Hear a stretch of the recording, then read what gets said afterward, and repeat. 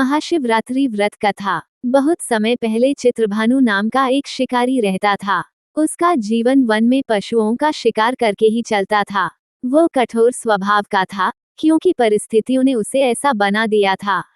एक बार वह एक धनवान साहूकार से लिया हुआ ऋण समय पर नहीं चुका पाया। क्रोधित साहूकार ने उसे पकड़कर एक शिवमठ में बंद करा दिया।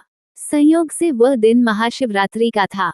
बंदी अवस्था में बैठा शिकारी वहां साधु संतों द्वारा भगवान शिव की महिमा, व्रत की कथा और उपवास के महत्व को सुनता रहा। यद्यपि वह स्वयं व्रत नहीं कर रहा था, पर दिन भर उसे भोजन और जल नहीं मिला। अगले दिन साहूकार ने उसे बुलाया। शिकारी ने वचन दिया कि वह शीघ्र ही सारा ऋण चुका देगा। ये कहकर वह मुक्त हुआ और सीधे जंगल की ओर चल पड़ा। पूरे दिन की भूख प्यास से वह अत्यंत व्याकुल था। शिकार की तलाश में वह दूर निकल गया। संध्या ढल गई और अंधेरा छाने लगा। उसने सोचा कि अब रात यहीं बितानी पड़ेगी। वह एक तालाब के पास खड़े बेल वृक्ष पर चढ़कर बैठ गया। उसे तनिक भी ज्ञात न था कि उसी वृक्ष के नीचे एक शिवलिंग स्थापित है, जो पहले से ही बेलपत्रों से ढका हुआ था। बैठने के लिए उसने जो टहनियां तोड़ी, वे अनजाने में नीचे गिरकर शिवलिंग पर चढ़ती चली गईं। रात का पहला पहर बीता ही था कि एक गर्भवती हिरणी पानी पीने आई। शिकारी ने धनुष पर बाण चढ़ाया।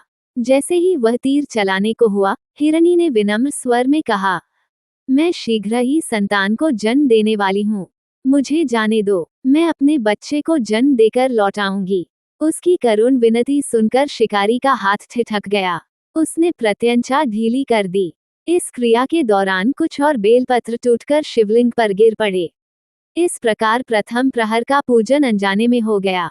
कुछ समय पश्चात दूसरी हिरणी वहां आई। उसने भी अपने पति से मिलने और लौट आने की प्रार्थना की। शिकारी ने उसे भी जीवन दान दे दिया। दूसरे पहर में भी उसके हाथों से बेलपत्र गिरते रहे। रात्रि के तीसरे भाग में एक हिरणी अपने छोटे छोटे शावकों के साथ आई। इस बार शिकारी ने सोचा कि अब अवसर हाथ से नहीं जाने देगा।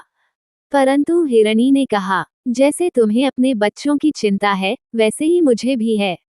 इन्हें इनके पिता के पास छोड़कर मैं स्वयं लौट आऊंगी। उसके स्वर में ममता और सत्य की झलक थी।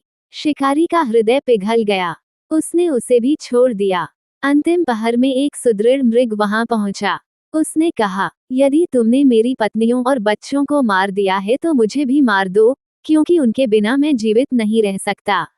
यदि उन्हें जीवन दान दिया है, तो मुझे भी उनसे मिलाने दो।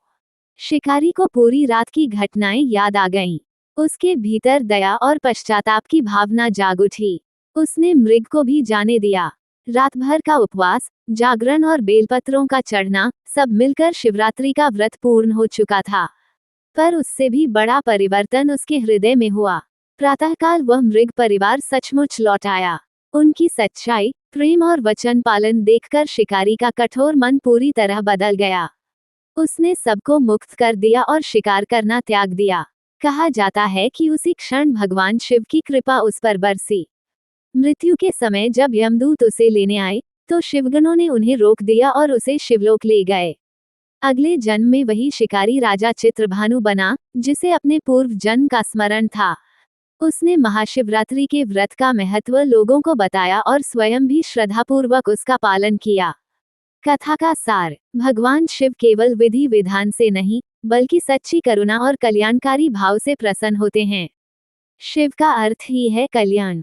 जो दूसरों के जीवन की रक्षा करे, वही सच्चे अर्थों में शिव का उपासक है।